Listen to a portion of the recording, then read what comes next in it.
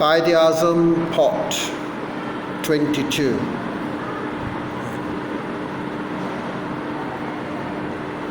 This is tragic for its attitude.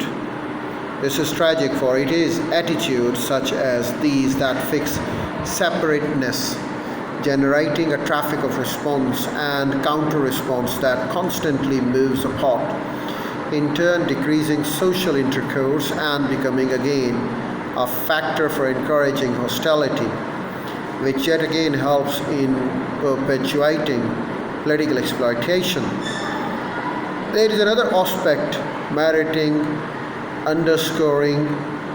How did the Quran Sharif, revealed to the Prophet in Arabic, his native language, get mediated to India, to a non-Arabic speaking region and people?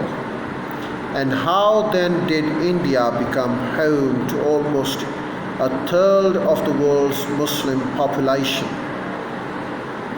Clearly, Islam was and had to have been translated into something Indian. Translation here is not simply a limited linguistic effort, rather a broader absorption process through cultural and social assimilation via language, social intercourse, and by the Quran Sharif itself being adapted to Indian literary genres and modes of communication.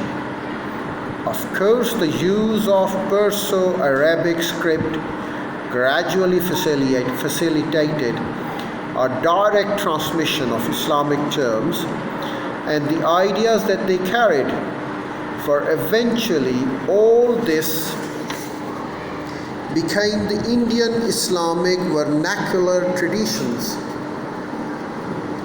whereafter concepts originally expressed in Arabic gradually entered the Indian Muslims' thought streams, principally by becoming a part of their idiom, scripts, and their vernacular communication too. India's Islamic traditions, Indo-Islamic, served then to both shape Islam to the existing cultures of India and also to connect the Muslim from our Indian cultures to a wider global community of faith. As it came to be, these Islamic traditions displayed two distinctive strands, one stretching from Lahore to Delhi, then south to Hyderabad, and with offshoots radiating from Delhi, east towards Patna, and west to Ahmedabad. The pronounced style here was Persian. Beyond this, in parts of Sindh, Tharparkar, Nagar Parkar, Rajputana, Tamil Nadu, Malabar, Kashmir, Bengal.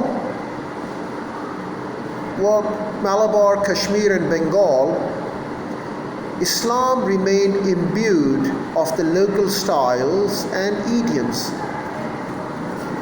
In areas where the Persian Islamic traditions were dominant, that distinctive culture, pro-Islamic, began to represent the culture of the rulers. These were and are the Ashraf, the global people, the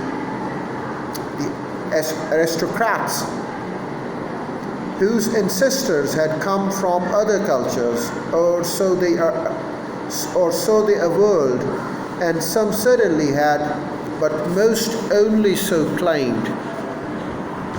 The Ashraf had a well-defined vision of themselves.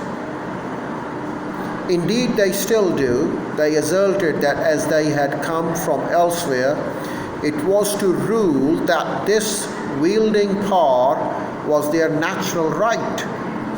They cultivated and cherished Perso-Islamic standards, conducted and manners, being prepared to accept in their world, such as Hindus, as for example Kayashtha and Kashmiri Brahmins who helped them with their business of running government and who willingly absorbed some external elements of Muslim culture.